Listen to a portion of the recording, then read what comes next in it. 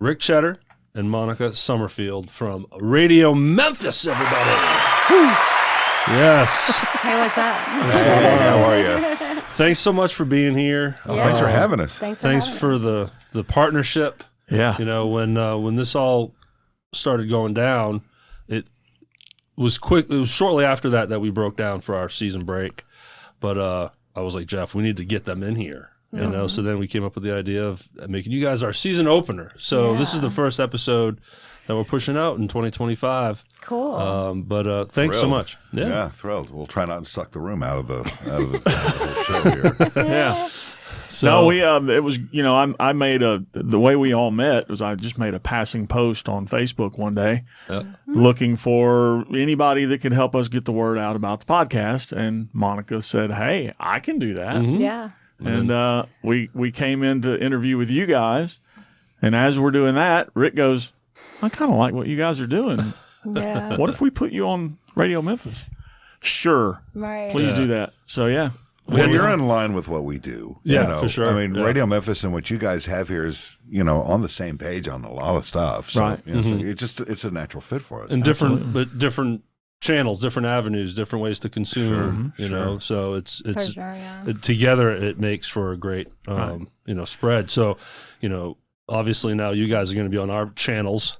With this interview. Sorry about that. But but we've also made you a sponsor. We're pushing your morning show Yeah. every week. Well, thank you. We need to cross-pollinate, Yes. as I call it. But yeah, thanks for making the trek down to Hernando. Yeah. We're recording this on the 19th when it's like 5 degrees outside. So Yeah. And snowing. Woke up and to snowing. snow. Yeah. yeah. But appreciate you making the trip down here. I'm sure you guys would rather be home and warm. Nah, had nothing else to do. Yeah. Exactly. But look, so much to cover. First, radio-memphis.com. Again, in the intro that you've heard, we pushed that, but check that out. Check out that website. It's fascinating. It's full of a lot of different talent that do shows. And then you guys, I want to talk about all the music you push and how bands can get on there and get involved. And also just your stories, how it started. I'd love to tap into Rock 103 if you don't mind, Rick. You can tap into it all you want to. It's not a thing anymore. Right, so, right. Yeah. But you were so heavily involved with it. I know, Yeah. where I grew up in Maine, we had our rock station, that WBLM 102.9. That was our thing, right? And I didn't know that the meaning of Rock 103 until it went away. Right. Then I saw the chatter on Facebook, and but I know our audience, huge fans of that radio station. Yep. I saw them all be sad about it. So to get some inside look would be cool at some point. Sure. too, Yeah, I'm here to help. But so tell us about Radio Memphis. When did it start? July the 1st, 2011. I had to do the math there. Wow. So really, so 13 years of it is really how, I've been with Radio Memphis right now as long, maybe a little bit longer than I was at 103. Okay. So when Clear Channel, when I got there, it was Clear Channel, and then it got sold over to Bain. Nobody knew who I was until I threw on the mask. It was that kind of Bain. They went through and wanted to, there were more bean counters than there were radio people. Yeah. So they wanted to tap down on the talent, keep us quiet, keep playing the Kiss records, keep playing the Eagles. Did it get more automated? Oh God, yes. Yeah. They sent me to Denver, Colorado to go learn a new system, a new automated system at that time called Profit, with a PH, Profit, not as in money, but it's sort of the same idea. And they sent me in a room with a bunch of other people to learn this thing. They had radio people from all over the world, or all over the country that were with Bain and Clear Channel at that time to learn this system. And their big deal was, well, this thing doesn't need human intervention ever. You're just a hood ornament. Okay. And so they're teaching the system to me, and I crashed it. Well done, sir. Good job. They told, eyes lit up when he said that. Pride was Yes. there. well, they told me that it couldn't be crashed, and He said over I'm up for that challenge. I sat there and I went, well, we'll see about that. And believe this, I had yeah. I had it do a search, for an internal system search, but I confused it, and it just screwed everything up. And the people that were the engineers that were designing the whole thing, they got mad at me, and we ended the day, and they had to completely rebuild their back end on this whole thing, so I could come back in and Screw it up again. Well, I tried not to, and they were like, "Well, why did you do that?" And I said, You're underestimating the stupidity of most radio people. You really are. You were a great tester for them. Well, sure. We're either drunk or high or whatever the problem is, and they're going to do something dumb like that, and this is going to be a problem. So they fixed it, and I was there for, I guess, about 10 days. And long story short, when I got back to Memphis, all the other people that I was working with were like, "Well, what's it like?" And I said, "This is the death of the CD." I mean, I've been in this business long enough to see the rise and fall of the cart system. Mm-hmm. And of course, we were still playing some records at the time and turntables and all that. And I said, the CD's dead. This is all, a digital format. And this was not MP3. This was not WAV. This was MP2. Okay, what's the difference? Compression rates, but they did MP2 to keep the jocks from stealing the music. You couldn't download it? You couldn't download it. Yeah. We could upload to our heart's content, but we could never download it. And so their whole thing was, we got to protect our, because everybody's going to want the White Album again. And, that's. Yeah. Well, Napster came in and just kind of took care of all that. Napster came in there, and then that became an issue. And we could all see the writing on the wall where it was headed. What year is this? Oh, God. This was in, I started at 103 in 97. And I want to say this was about 01. Okay. Yeah. Somewhere in there. Right at the turn, 2001, somewhere in there. Maybe in 99. I don't remember. Hell, I don't remember the Obama administration. But there was, it was a thing to try and tell these guys that, like, look, the art of segue is gone. It's all being handled by that thing. Right. It was. Yeah. You say what you need to say, you hit a button, and then it plays the music and the ads and everything just right back to back to back to back for you. Then it came down to, because I used to do a Saturday night show, and that would be taped on a Friday. Yeah. And we'd do this thing called voice tracking, where we'd go into the room and we'd have our list of what songs we're going to be playing. And so you knew when to come out of one tune, what was coming up. And so in about 20 minutes, you would track a 4-hour show. Yeah. Yeah. That was the Stones. Here's the Eagles. Yeah, exactly. That's exactly how that worked. And, then they put clocks on you on how long you could talk, what you could do, all of that. And then when by the time I got into mornings or afternoon drive with Dennis Philippi and I remember. It was Dennis and Rick, and we did afternoons. We had a great time with it, and then they changed everything. And then I wound up going to go sit with Bad Dog in the mornings. And then they got upset. They got pissy about us taking longer than 3 minutes to tell a joke or whatever the case was. Yeah, it sucked the personality out of radio. Yeah, well, that was the whole point. Because there was no way in hell Bad Dog was going to tell a joke in 3 minutes. No, there's no way. No way. I miss that dude every day, man. He was awesome. He was a lot of fun to work with. I bet. And, but even then, it's like, there was this will put it in perspective. There was the boss came in and said, you guys need to be down to 3.5 minutes. And I said, okay, per break. They wanted so many records per hour. Right. So I went over to the dollar store and I bought a kitchen timer. It has a magnet on it. It sits on the refrigerator. Right. And I wound it up and I set it for 3 minutes and I set it on the board. And when the bell rang, I dumped out. I don't care where we were in the bit.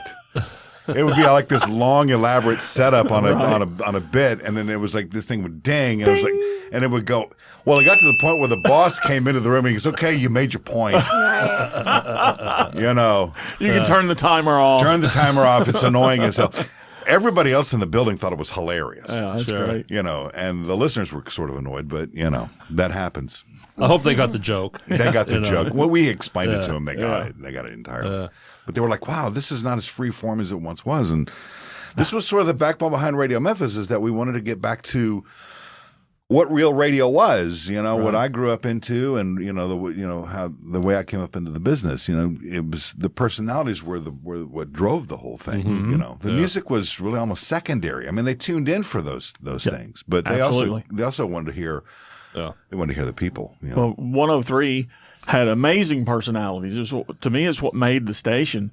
And I spent most of my career in a car driving. Oh yeah. So I listened all day. Until usually until about 2 in the afternoon. That's about right. And it was great. Well, you're talking about I didn't tune into that station to listen to the music. Hell, all the music, you played the same shit over and over again. Everybody had those albums. My rock station I mentioned earlier, 102.9, is still playing. Yeah. The same 75 classic rock songs. Right. Yeah. You're going to hear the same 10 That's exactly Zeppelin what songs. it was. We did over I think it was 100 and a quarter. I think it was 125 songs. And I had asked these guys, so I got yelled at for playing Whole Lot of Rosie. Really? That's where Rosie got her name. By the way. yeah. It's an homage to Rosie's is a sex doll. That We met Rosie. Yeah. We met Rosie. We can bring. I'm glad you brought that You up. should have brought Rosie with you. We're going to circle back to Rosie. We'll go back to her in a little while. And I was tired of hearing Highway to Hell, Right. which is a great tune. Right. Yeah. But it's like with every other AC/DC song, they're all in the same key. They all sound the same. It's the same tempo, Right. whatever. Yeah. I just want to hear something different. Yeah. So I played a whole lot of Rosie, besides it has a bitchin' guitar solo in it.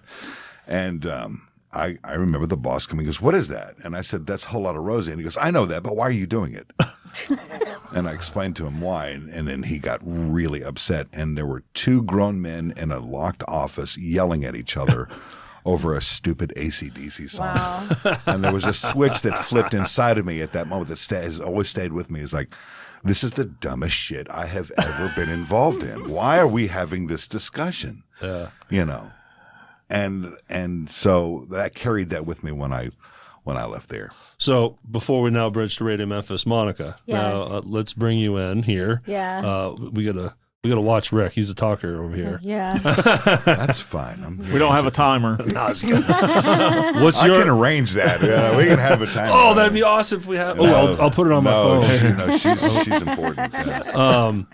So what's your background? Did you have a radio history before Radio Not Memphis? at all. Not at all. Went to college for interior design. Was a stay-at-home mom for a while because I wanted to do that, and I found the local film scene. This is back in the days of MySpace, and I was hanging out on MySpace. I'd been married to a musician, so I was kind of in on the music We're scene. sorry. You guys had a massive house, didn't you?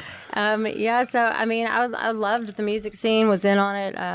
Used to write songs and stuff, but I found the film scene because there was a call for extras on MySpace for a local independent film, and so I inquired, I asked questions, and I showed up, and I had nailed the wardrobe better, because I took the time to ask questions. Right. And so I came up to the guy. I was like, "Are you the one I've been talking to?" And I was like, "Is this 1984 enough?"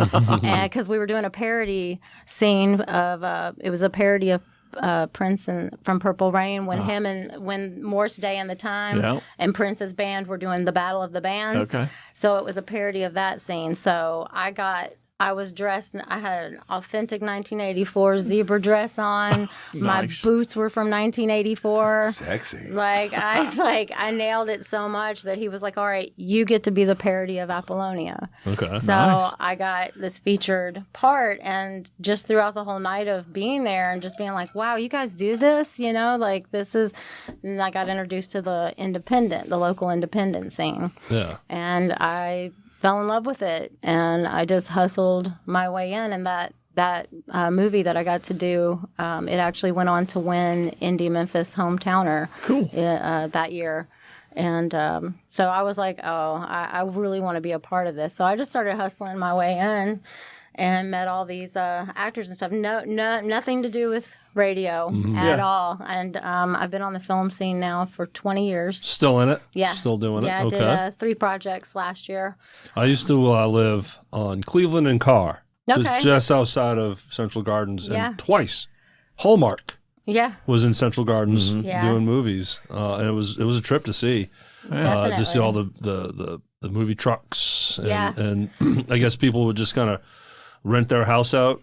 Yeah. They'd go on vacation somewhere for a couple weeks. Yeah, it's better to send the family away. For sure, I would gather. I mean, Don't touch that. Because like I have filmed, like at first I started off acting, but then I had an opportunity to work production, and I was like, oh wow, I really love this aspect of it.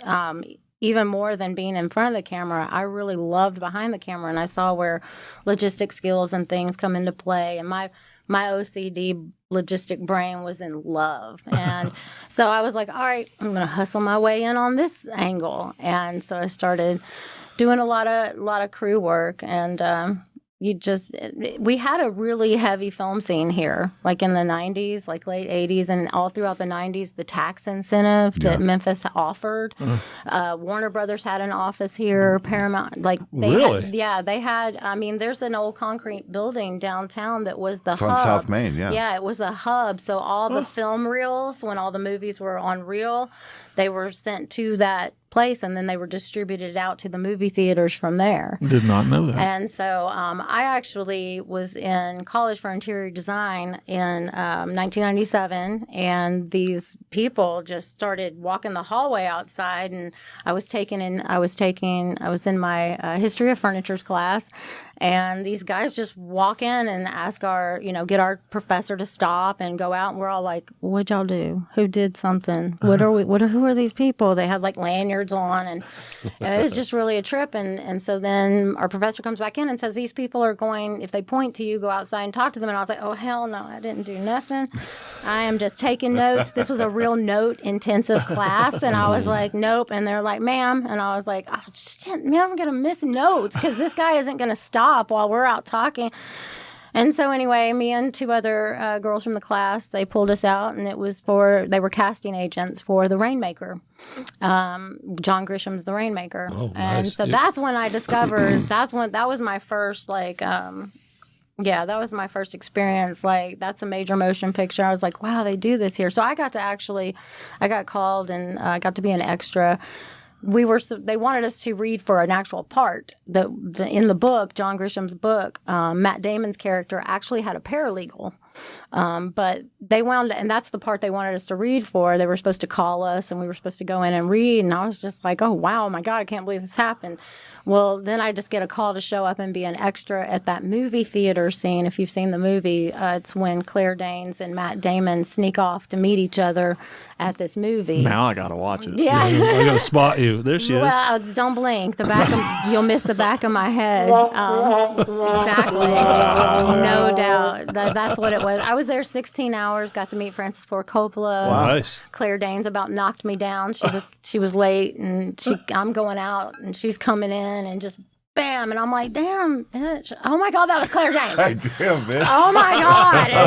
And I loved Claire Danes at the time, and I got to see Danny DeVito, and I didn't know who Matt Damon was, and all these girls are next to me like, you don't know who Matt Damon is? He's right there. Oh my God, he's right there. And I was like, who are y'all talking about? That guy that a little bit taller than Danny DeVito guy standing down at the end of the hall? Is he a short fellow? Yeah, I wouldn't notice. He's much shorter than he looks on screen. And so, yeah, that was a really cool experience, and I was just like, how do I do more of this? But they were like, oh, don't worry, we have your picture now anytime something comes through. But around that time, shortly after, is when Memphis took their tax incentive away. So all the major players that had offices here, they packed up and went back to Hollywood. Yeah. New Orleans is a spot now, right? Yeah, so fast forward a bit. Well, there's an incentive for them to come back now. Well, they've seen Hollywood kind of burnt down. Yeah, that's probably too soon. Too soon. Sorry. But, I mean, not wrong, but yeah. But, yeah, so they packed up and went home, and that's when, fast forward to seeing that on MySpace, and I discovered that those people were the ones that were left behind. The film student, the people that went to the U of M for film, they were all the ones that were left behind, and they didn't take anybody with them. They didn't say, hey, we love working with y'all. Y'all come out to L.A., they were like, no, we got to go back to LA. LA's full of people to work production, full of actors. They didn't need to bring it in unless those people could afford to pick up and move and hope they could get, brought on out there. Then they were just here. So they kind of built up the independent film scene. They didn't want to quit doing what they were doing, and they realized we're going to have to start doing this ourselves. Yeah. So that's when I found that production. I met all these people, and then I eventually worked myself into getting in crew and fell in love with that. And see, I didn't go to school like the rest of them. I had to hustle my way in. And you learned on the go. I learned hands-on. Hands-on experience. I just revisited a film, Live Animals. Yeah, I was in Live Animals. I didn't watch it again. I've seen it like 3 or 4 times. Yeah. And it's on Tubi. Yeah. If you're hit the Tubi, tubi.tv, I think is what it is. But Live Animals, and she's the cover art for the poster. The cover art for international distribution. It was too. I had no idea we were hobnobbing with greatness. Damn, I know. Right? Yeah, I know. That was right. That was my that was my first part, like named part. Like before I was junkie number 2, right. Stuff like that. But like this was my first actual like character was in that movie. Cool. And I got in with those people. So yeah, just Can you help get Derrick and I on Tubi? Maybe. Awesome. I'd love to be on Tubi. Maybe. Dream come true. Yeah, Tubi is cool. Yeah, it is cool. Tubi is really cool. I spend hours just searching through shit. I don't ever watch anything. There's a lot of stuff. I'll have to check out Tubi. Yeah. You'll spend an hour trying to figure out what you're going to watch. Yeah. I do that with Netflix. I do that with everything. But it was through the actors, though, that I discovered the station. Having an actor friend in common with Rick. She it was a local actress here I'd worked with many times before. And we were friends. We had hung out outside of that, and she was moving to go help caregive with her mother, and I had been caregiving for my aunt, and so she was like, I helped her like pack up her house and stuff, and she's like, okay, I'm going to do this going away party. I'm like, cool, I'll be there. Tell me where it's at. And she's like, oh, it's at Radio Memphis. And I was like, I'm sorry, what? Yeah, who? What is that? And she was like, oh, it's this internet radio station that I'm real good friends with, and come on down. And I was like, all right. And she shoots me the address. That was going to be my next question, so it's perfect. I had no How did idea. you guys meet? Yeah, so that was it. I walked in. I show up to this building. There's people hanging out outside. Was it the same building that it's at now? Yeah.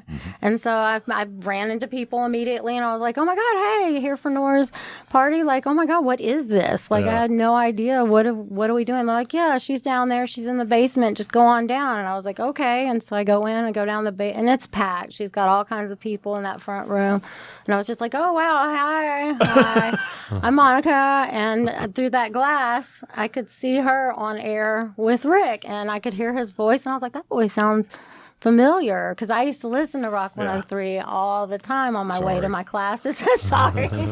It was haunting. Right. So then she pulled me, like they went on a break, and I gave her a hug and stuff. There's band playing, and it was the Fast Mothers of that was it. There you go. Shout out to the Fast Mothers. Yeah. Then when they came back from break, she's like, no, come in here and sit with me. And I was like, oh my God, what? And she's like, so I sat in that one chair, and then she got interviewed. Yeah. And I just found that not long ago. So I interviewed her on the air. Yeah. That's how she got the job. Okay, were you looking just by chance? I'm always looking for something. And she's, she weaseled her way in and has never left. She calls it hustling. You call it weaseling. Same thing, Yeah, no, for sure. I found, it's a good thing. I saw what they were doing down there. Yeah. And just like when I found the film scene, I was like, you know what? I would like to see what else I could do with all of this. Sure. I would like to see. And like he said, he just started asking me questions. I was like, I feel like this is a job interview. And so then he's like, he does what he did with y'all, come back anytime.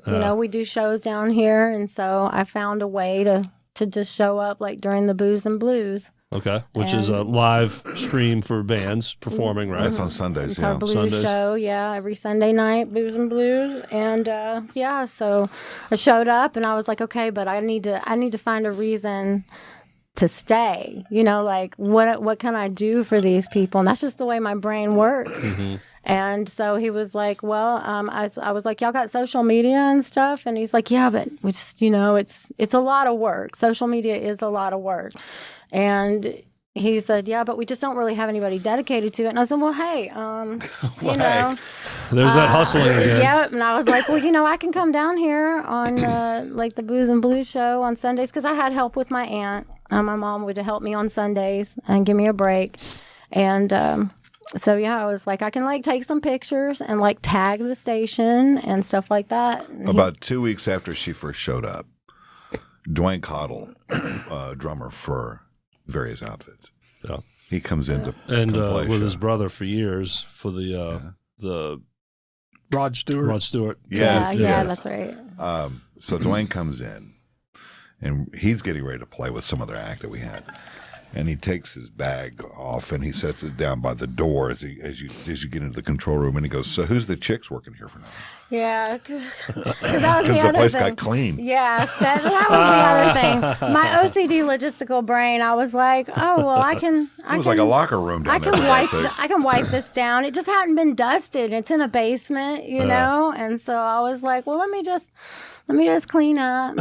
You got a vacuum cleaner? Do you mind As if a I matter of fact, run that? we do. Now you do. So I did that, and I proved that the station was not being held together by dust bunnies. And It was beautiful when we came down. It's a cool Yeah. vibe.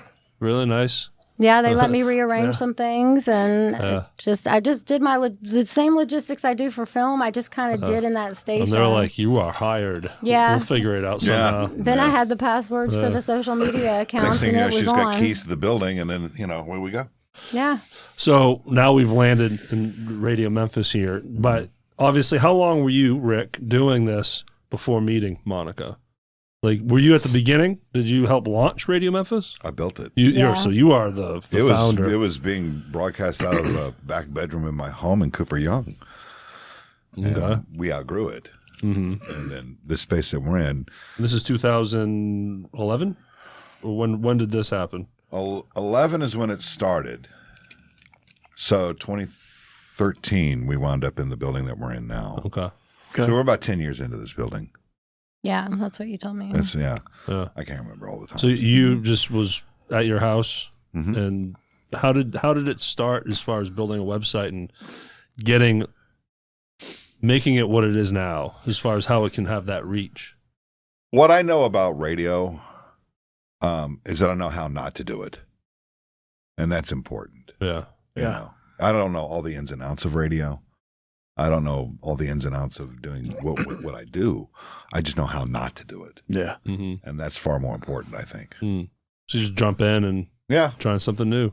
Yeah, so I took a computer, which is still in the air. It was designed as some engineering work for like an actual structural engineering company.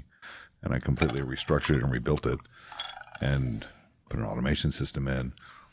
The early library for Radio Memphis was music that was submitted to us when I had the Great Unsigned at Rock 103. They didn't want it, so I took it. And then that was our initial library. And you just grew it from there. And you didn't have as many jocks, if you will, right? So it was just you, and just then me, yeah. you would be live at a certain time of day, and then after that, it was just I did nights. Music. Yeah, I did mostly nights. Okay. I had to write out a 6-month non-compete. Yeah.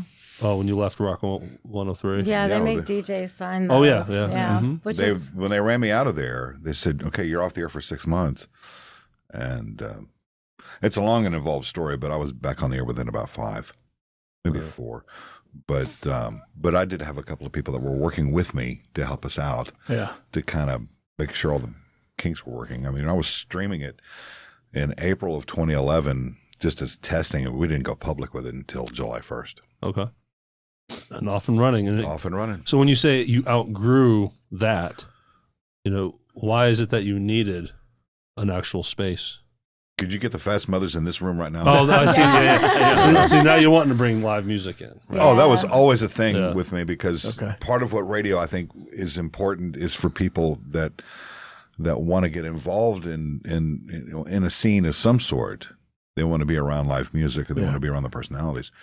but they're so short-handed. I mean, they're short staffed because, you know, when I was on 103, they'd say, okay, you've got Gene Simmons and you're going to have 6 minutes with him. And I'm like, no, I'd like to do like an hour or two. Long form, yeah. And so that's what we do at Radio Memphis. That was important for us. Oh, we got to dump you, Rick. It's been 3 minutes. I'm used to that. That's exactly what that goddamn thing sounded like, too. That's funny. I'm always an idiot. But yeah, I don't want to interrupt there. I just thought No. That's a great joke. It's a great bit. I just started having some flashbacks. Yeah. You're starting to twitch over there. Right.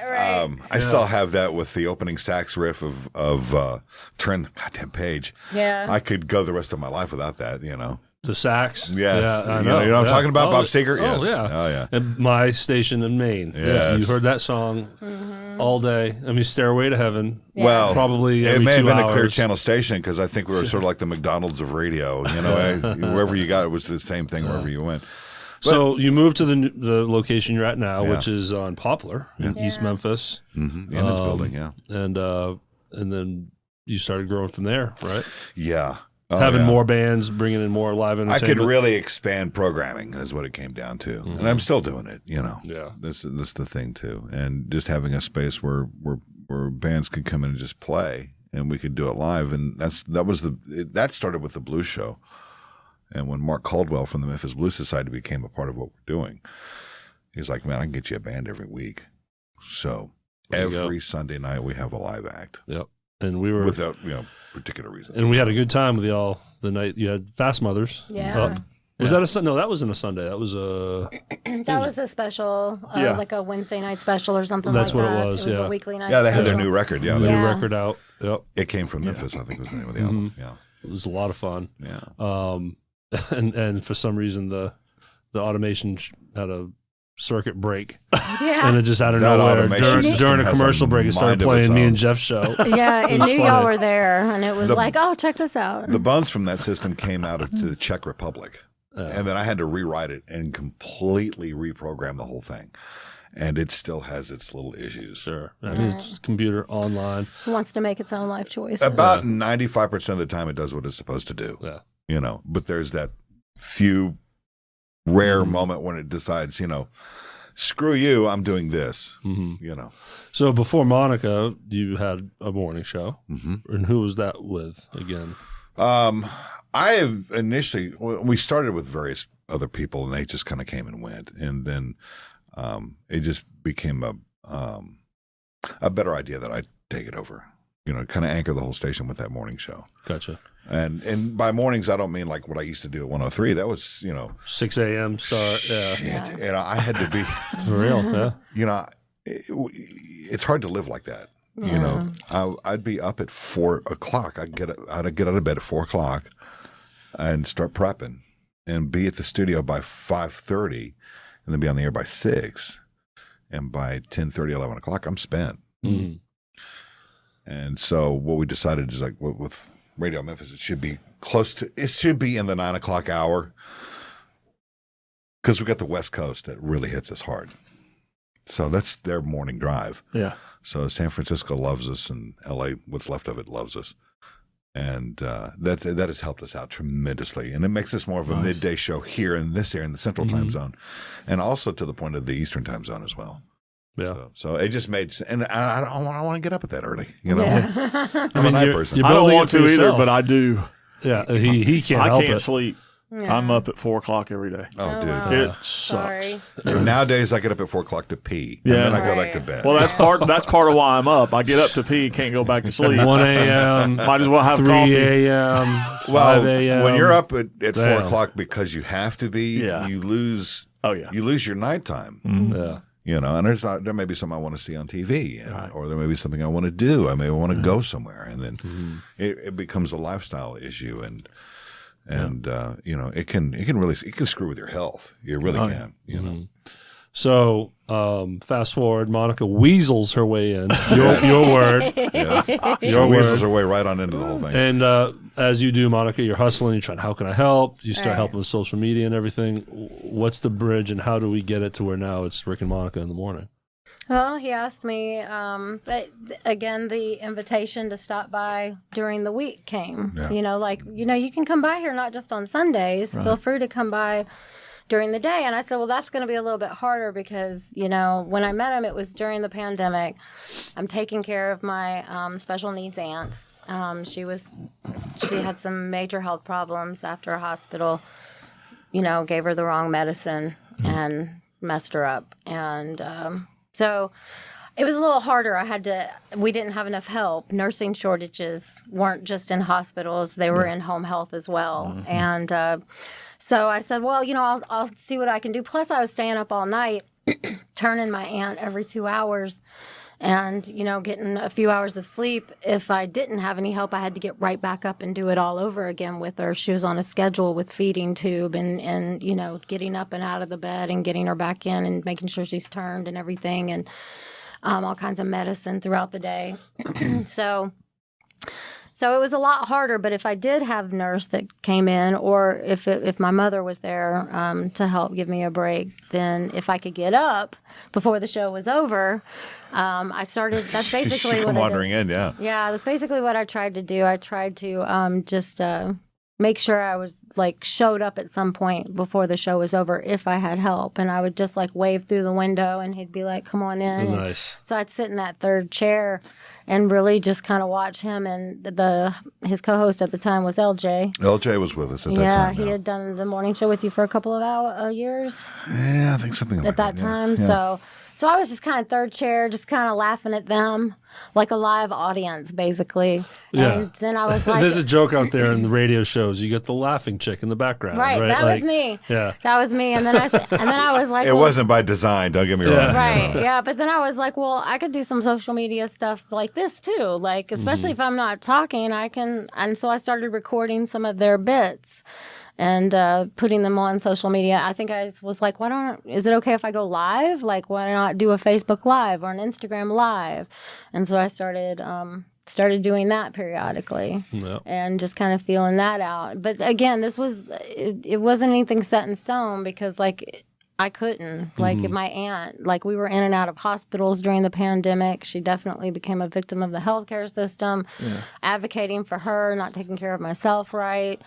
Because that was a mess. And so it was just when I could, but and I just started sitting in on more. We had finally a nurse that was a little more consistent.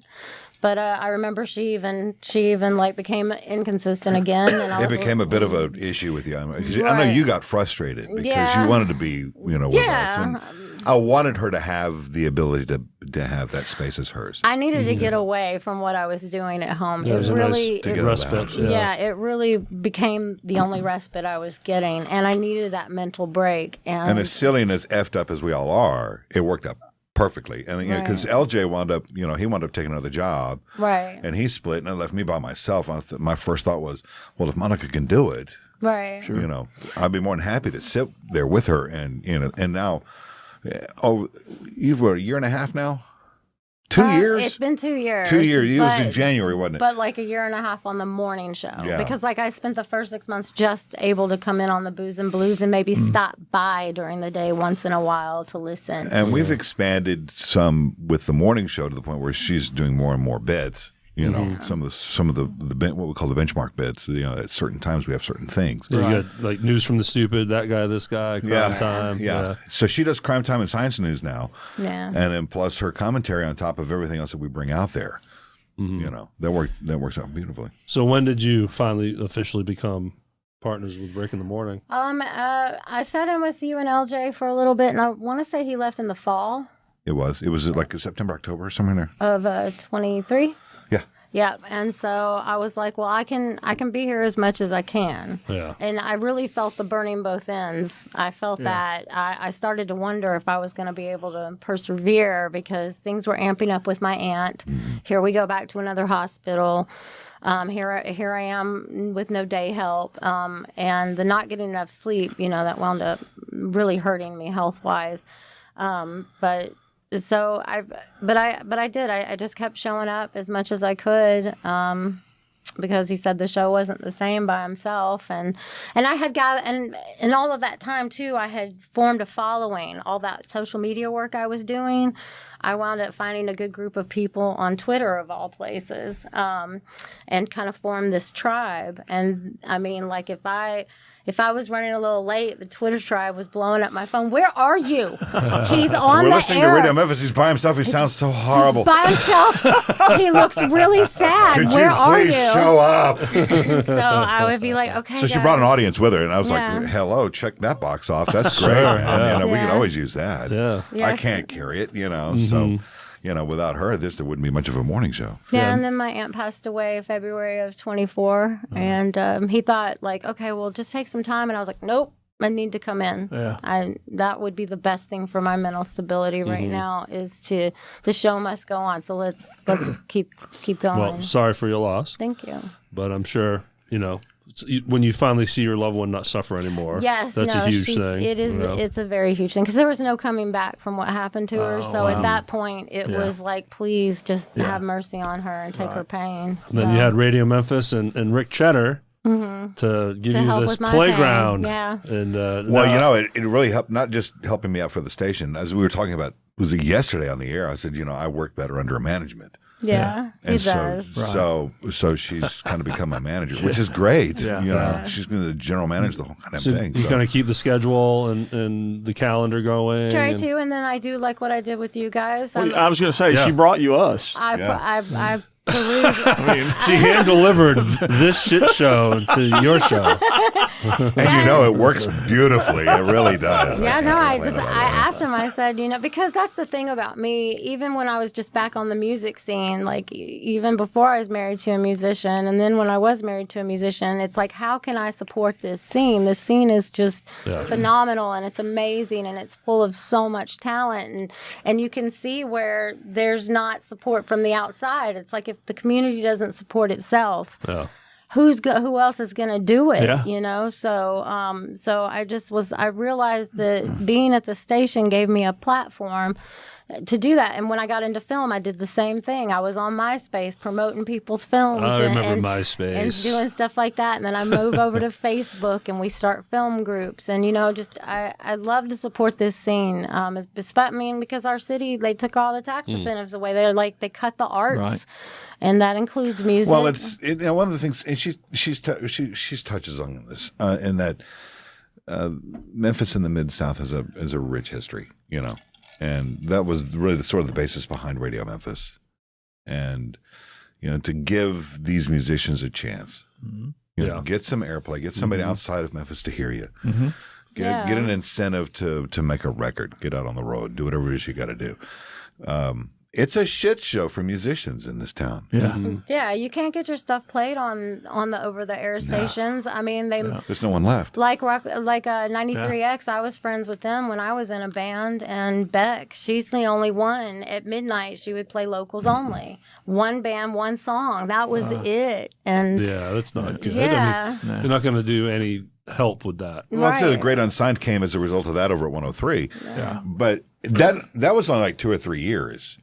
And then they finally sat me down and said, we can't do anything with this. And I said, what do you mean you can't do anything with this? Corporate said this. And they said, well, we can't make any money off of it. And I said, that's not about that. Right. It's an hour-long show. Take the spots out of it, Right. You can sponsor the whole – you could probably find like Malco or somebody to say, we'll give you money to keep that show on the air. Yeah. And there were people that did, but there's a whole nother story about all that.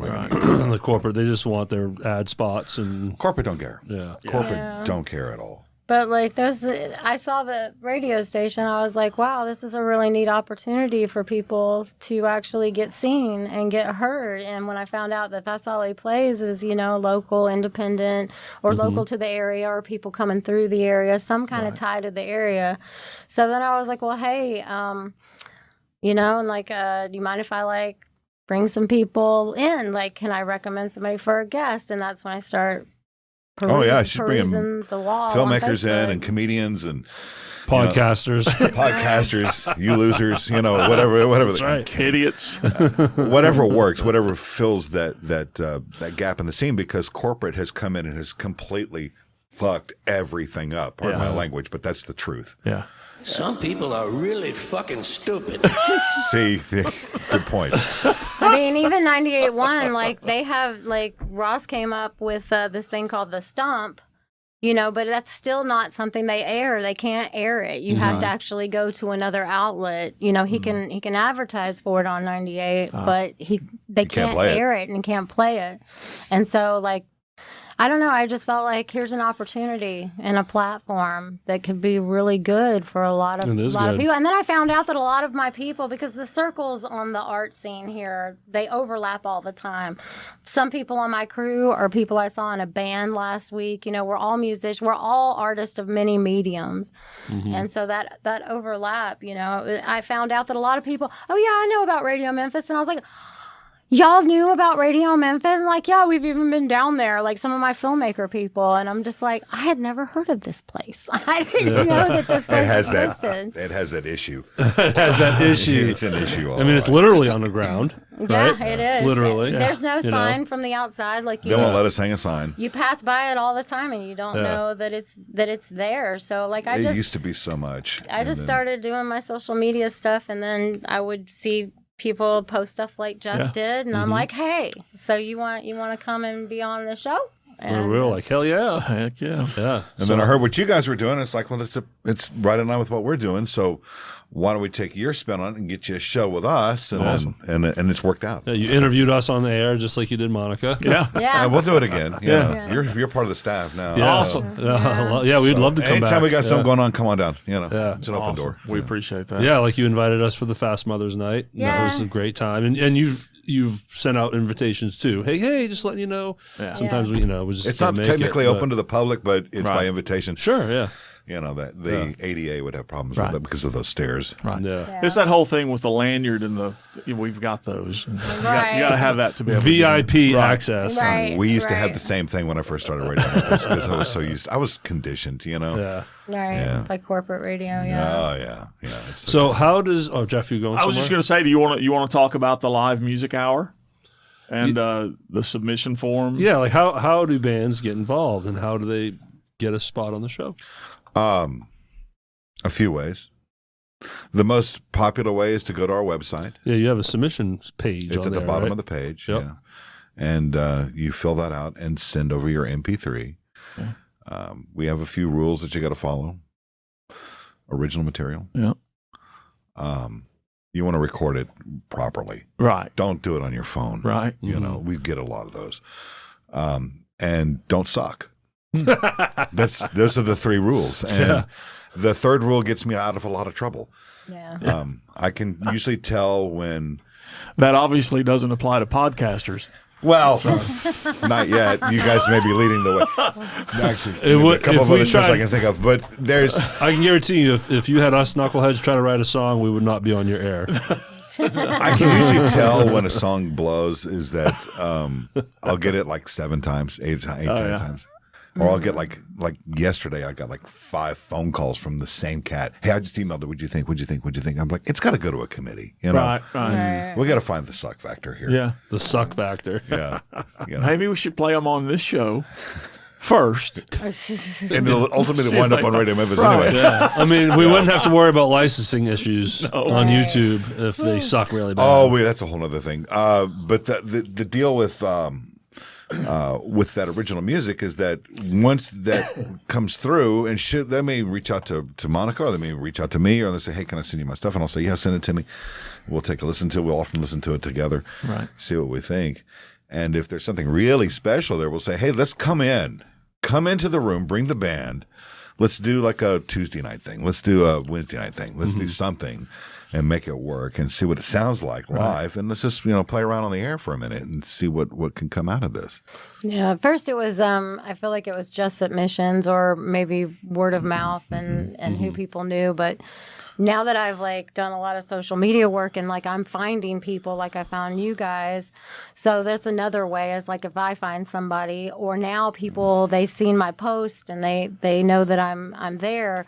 And so now some of them have actually reached out personally to me, bypassing any submission thing. So there's a couple of ways, that people can be on the show. reach out to one of us on social media or go to that website and fill out that submission form.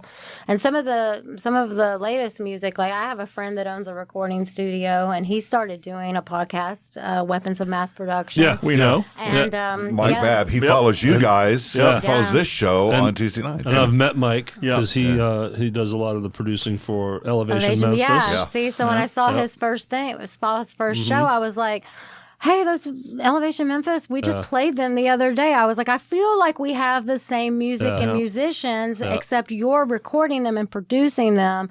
And so I was like, if you get their permission and they want it to be heard and played, just email us some music. So then he did that. And then oftentimes on Thursday nights, the Radio Memphis Live Music Hour with Tundria and Gerald, they'll often bring in a band, and they're 3 hours. They're 3 hours, and they have multiple artists of all different mediums. I've seen my film people on there talking to them, and then the next hour.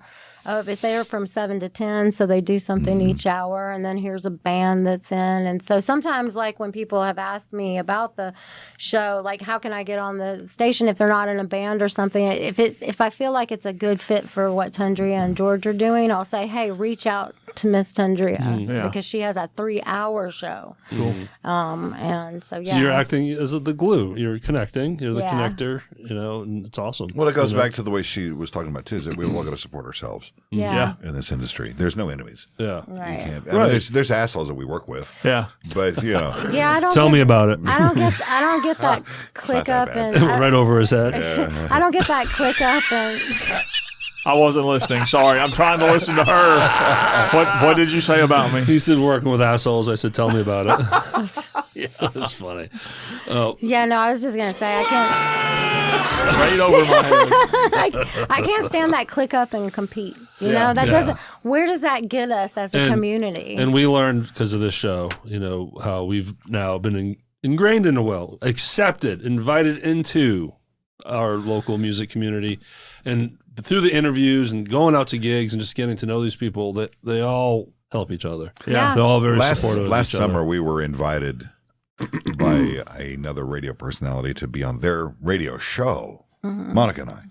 And we're like, yeah, sure. We even had the dates penciled in. Everything was great. And he goes, listen, I got to clear it with a couple of people, and then everything should be fine and everything will be great. And then there was radio silence. Yeah, management wouldn't let them do it. Management wouldn't. I said, well, no, Radio Memphis competes with this FM station. It's like, no, we don't. Right. You don't have our audience. Right. We don't want those internet people in here. And there's a weird kind of thing about that. Yeah. And it's like, no, if anything, we're here to help you out. Right. You can kiss my ass. And then that was the end of it. There's ways to share the sandbox. Oh, Right. Oh, sure. The pie's big enough. And, I've always approached this with never being greedy. Right. There's always ways that, you can. It's tough. Look, advertisement is a tough game. It is basically dead. Right. It is, it's having so you have to find other ways to do that. And I'm working on some other. Well, I'm glad you brought that up because I wanted to bring up the monetization of this. Me and Jeff are starting to get monetized more and more. We have wonderful bands sponsor us. Now we're getting into other things for podcasting, but you guys have an infrastructure. You guys, have to be monetized in some way. I'm not trying to dig into your business, but is there people out there that you'd like to throw out there too that could help? Do you bring in sponsors? Do you get corporate sell a lot of sponsors? drugs. Sell drugs. All right. Great answer. Enough said. Enough said. That's what really happens in the office. I've got a 20 spot. If that but like, how is it fueled, and what kind of advertisers? I went into this thinking that advertisement would be fairly simple because I was at 103, Right, and we helped drive a lot of that by being in various places and working with certain clientele and things like that. Building relationships. Yeah. And when you go on the internet, people freak out. Yeah. You'll hear from people that actually will say things like, well, I don't have the internet on my phone. I just have Facebook. I'm like, you dumbass. Well, then you have the internet. Yeah. I mean, so you got to play it People again. are really fucking stupid. There's so much to compete with out there like that. Yeah. And I'll go ahead and mention it here. I haven't done it on the other show, but we're going into a nonprofit status. Yeah. Okay. We haven't been making any profit for 10 years, Yeah. but the actual technical terming of it, the 501c3. So is this way you can get grants? Yep. Yep. Yes. And we can get some grant money. We've got several programs that are tied into it. I'm not going to elaborate on that just yet, Right. but as far as the radio station is one of them. So we can get operation grants to get our people paid and get equipment and the things that we might need to keep it going, pay the rent. That's always a big thing. I mean, I, like everybody else, I have another job outside of what I do. I mean, I work as an audiobook narrator for Audible and some other places. Nice. So it's catch as catch can with that. So that money goes to, pay the bills. So if we can expand it into what we do with Radio Memphis, then why not? Puts us on a different platform, and that way I can get rid of those stupid ads. Yeah, Because it was just getting hard anyway. Because like the economy, and then you're asking mom and pops to invest in an internet radio station, and they're like, I've never heard of you, even though that they've been there. Like the music scene's heard of us, all the artists have heard of us. You got to find the ones that want to support first. Right. Yeah, and that's tough. that was becoming very, very hard. And we're running the same ads, all the time. And so These ads that we run now are called per inquiry ads. Okay. So if you call this phone number they throw out at you, and you're on the phone for at least 30 seconds, then we get a piece of the action. Right. Yeah, like promo codes are big in podcasting. Promo codes, and it's all this is. And so they don't pay in advance, and so you're just running them, hoping it's like fishing. You're just sticking it out there. Hopefully, when we first started running this, I was getting all much like sorts of money. musicians get paid from Pandora. right. Yeah, Shekels. Pandora. Pennies. When we first started these per inquiry ads, we were getting actually quite a bit of money out of it, and then it just stopped. It stopped completely, and then one of the companies I work with was like, "Dude, you're making us money." Yeah. End of story. Shit rolls downhill apparently, and so they've kept it that way. And I was getting paid for ads that we didn't even run. So all of that has got to go. It's got to go away.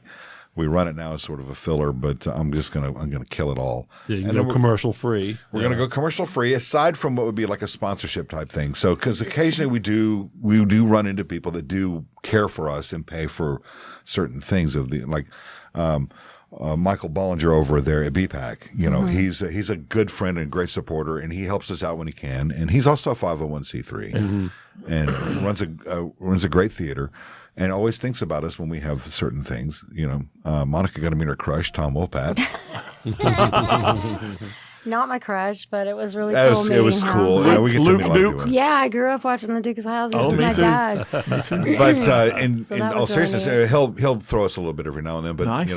So I don't mind taking a certain part of our time and say, hey, let's thank our sponsors. Sure. And especially once we get like some grant money in, then we can say, hey, our longtime investors in this would be like somebody like FedEx Cares or Nike or whomever. I'm just throwing names out. Yeah. But Yeah, and I just kind of pitched the whole 501c3 thing because it also gives us even a more opportunity to help people, not just by putting them on the air, but like we can now offer grants to help get them recorded. Nice. It's hard being an independent artist, and everything costs money. Yeah. It's nearly impossible. Right. So I just figured, the 501c3 would not only help the station to keep operating, to in turn help people, but also you can offer grants and programs to people to help we have them. a recording studio, so why not? Yeah.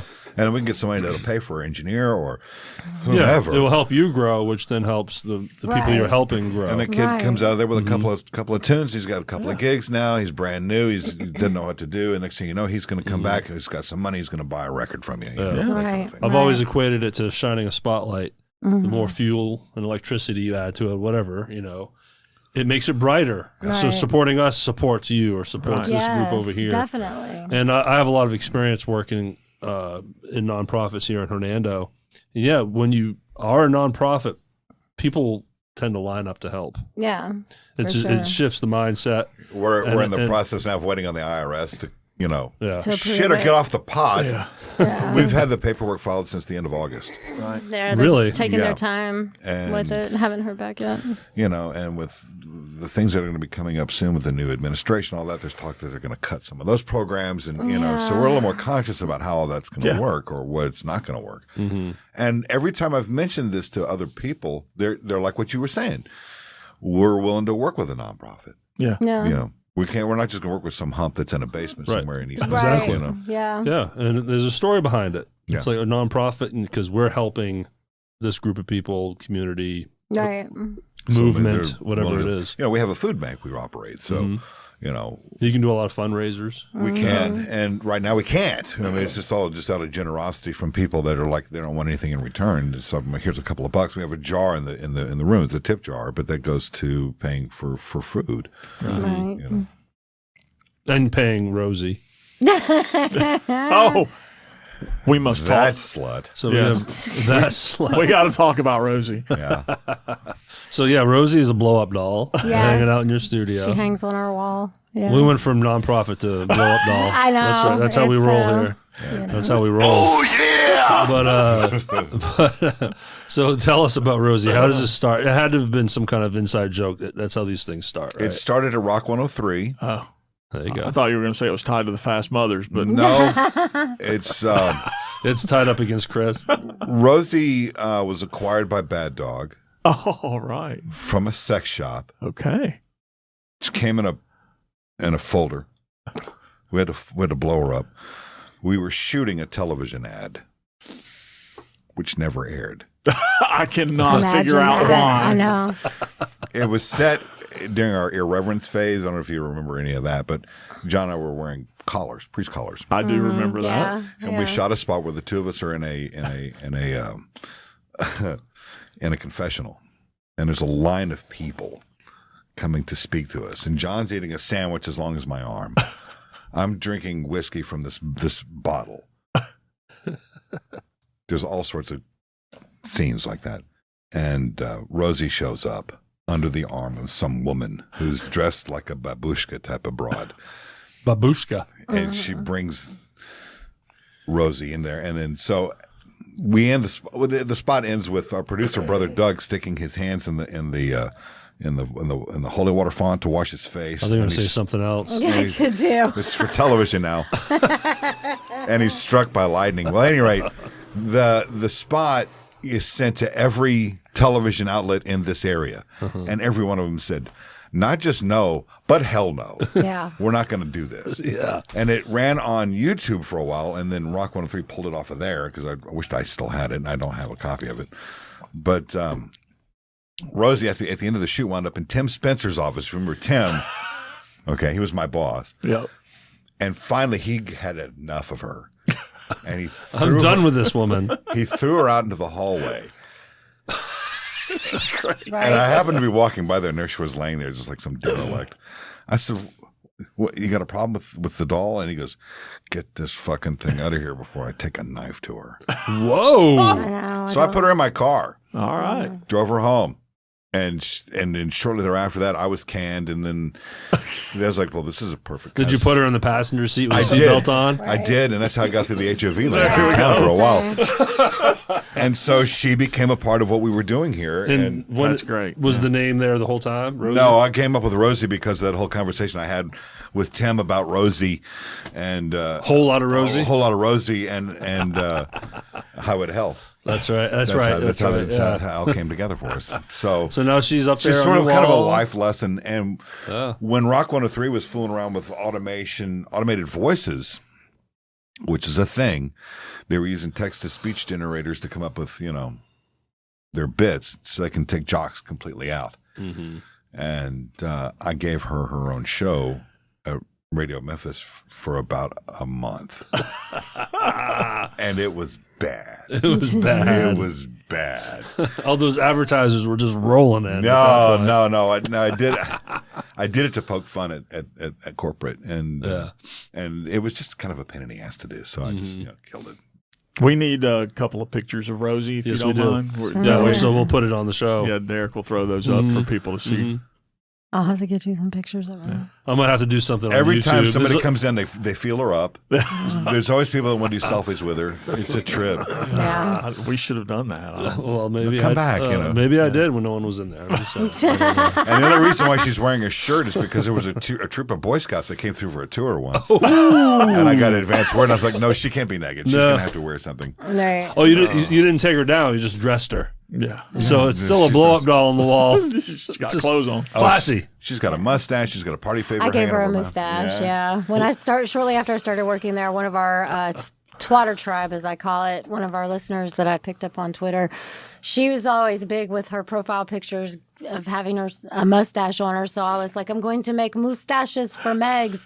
And so that's why if you come to the station and see anything that has a paper mustache on it, I made that mustache and I put it on there. And Got it. I just did that for her. I'm not sure if it was Meg's birthday or something. I don't know what it was. But I was celebrating mustaches and I gave Rosie a mustache. She's wearing Mardi Gras beads and Yeah. and lanyard. Every lanyard that I've ever had to deal with her hanging around her neck. Not Meg's, but Rosie. Right, yeah. And she's wearing panties from Pangea. Yeah. Ah. Her ass has been signed by somebody. Well, Kevin Greenberg. I was going to say, you know about this? Kevin Greenberg was in Pangea, Yeah. and we have discussed Pangea panties. Okay. And Gen Well, X. she's wearing them. They're still Okay. there's still a thing over there, and she's got a Rock 103. She's got a Radio Memphis shirt on. Jeff Yeah. pops in like I'm so familiar with that. I've heard this story before. Have a pair, do you? Yeah. Well, goodness gracious, we could talk forever with you all. We wanted to get Gen X panties made up. Yeah. And it says X marks the spot on the front of them. But so far it hasn't. Adam's Dashes did it. Knowing you guys would be Speedos. We were going to have Radio Memphis condoms at one point with a pirate on the front of it. Oh, dear God. And a friend of mine who's in the legal business, One-eyed Willie. he's like, no, we're not going to do this. And I said, what do you mean we're not? He goes, because if the condom fails and Right. a kid comes out of this, you're going to pay child support. I'm like, Yeah. no condoms, no. Right. Well, We're not thanks going to on be that. handing out condoms. We do get condoms from various organizations that bring them into our love bucket. Yeah. Rick was like, I'm already paying child support to enough people. No more. No, I'm not paying anything to anybody. Just no. Sorry. I don't have any kids that I'm aware of. So, there's Good to know. Yeah. there is that. When you walk in there's so much to look at. Yeah. There really is. And it's in a museum kind of way, too. There's a lot of history in there, a lot of old pictures. And, Yeah, it was Charlie Just- Rich's recording studio, Yeah. Silver Fox Records. yeah. Yeah. So there's a lot of that in there. It's a fun place. So, if you're a band out there interested, go to radio-memphis.com and fill out that form. And build a relationship. It's all about relationships. Yeah, I mean it really is. I mean that's what I do. When I'm doing my social media network, that's what I look at it as. It's like I'm building relationships. Absolutely. I mean I got to know these people on Twitter. They're my computer friends, you know. And they, and it is a friendship. You do build bonds, Yeah, absolutely. you make these relationships. Well, wow. The time has come. Careful. Did you say I forgot to set the new 3 minutes Okay. on the timer. Well, Thank you guys for having us on. Yeah, Oh man, thank you it's so so much. much for doing fun. It was a lot of fun. We wanna do it again sometime. There's so much to talk about. Please and do. bullshit about. And hey, anytime that you want us knuckleheads on the show, you just let us know. We will pop in. I think we would fit in really good doing news from the stupid. Well, come It's on an down. all-show thing. I wish we could have tapped more into your segments and your morning show, but hey, every Monday through Friday, Yeah. 9:30 to 2 p.m. Central, radio-memphis.com in the morning Yeah. with Rick and Monica. Yes. It's a fun show, and you guys are very giving, and it's all about the support of the community. And like you said to us, Rick, we'll say it to you guys. We appreciate what you do, and it falls in line with us as well. So Yeah. this Thank you is very much. appreciate the partnership and you guys Yeah. bringing us in like you have. Whatever we can do to help you guys out, just Yeah, let us know. likewise. Our door is always open anytime you guys want to come in. We'd love to have you. Absolutely. Sweet. And we will definitely make more appearances to see you Yeah. guys and check out live music in your cave. Yeah, and it's fun. That was a lot Please of do. fun. And Come on. I need my picture taken with Rosie. And- Yeah. Exactly. And if our podcast randomly pops up again, maybe there was some fingers. Maybe I snuck in there. You might have had. I don't know. You might have had. We'll let it run. I think it was It'll- Rosie. I think could've Rosie been. jumped Blame in it there. on All Rosie. those ghosts that are down there too. So. Go to the rhythmsectionpod.com too while you're at it. There Yep. you can find all of our links. We got Instagram and Facebook. Thank God I didn't start a TikTok. I was actually thinking about Yeah. it. It'll be back. And Apple, Spotify, YouTube links, all our archive, every episode that we've ever pushed out there is on the website. And then big thanks to Big Note Music Lessons, bignotemusiclessons.com for letting us, share the space with us to have this room. And then every Sunday, as you know, we have the replay series, old episodes popping up. which episodes have been going out in Radio Memphis during our Yeah. off season. Apple, Spotify, YouTube, all the good places where you can find that as well. Yeah, and the tip bucket links in descriptions, and you can search the Rhythm Section Pod on both Venmo and Cash App. In the morning with Rick and Monica. Yeah. Check these guys out Monday through Friday, 9:30 to 2 p.m. Central on RadioMemphis.com. Memphis.com. Sorry, Radio-Memphis. That matters. Dash is important. You guys are in the The dash is script. important. Check it Look out. out. Yeah, look at that. We made the list. You made the list. Right Yep. on. You're last, but you made the list. I didn't mean it that Well, way. that sounds There about it is. right. That's how whatever works. And as we always say, we tag it this way. Go see a band. Yes, Get out there and please support do. some live music. Support the scene. Cover band, Absolutely. original band, Yeah, all the different do venues. There's plenty out there. There's Yep. plenty of activity out there, and they could all use our support. But all right, one last time, Ric Chetter, Monica Summerfield, thanks so much for being Thank here. you. We really had a good time, y'all. Thank you. Thank you so much for having us. And y'all have a great day. Thanks, Take care. guys.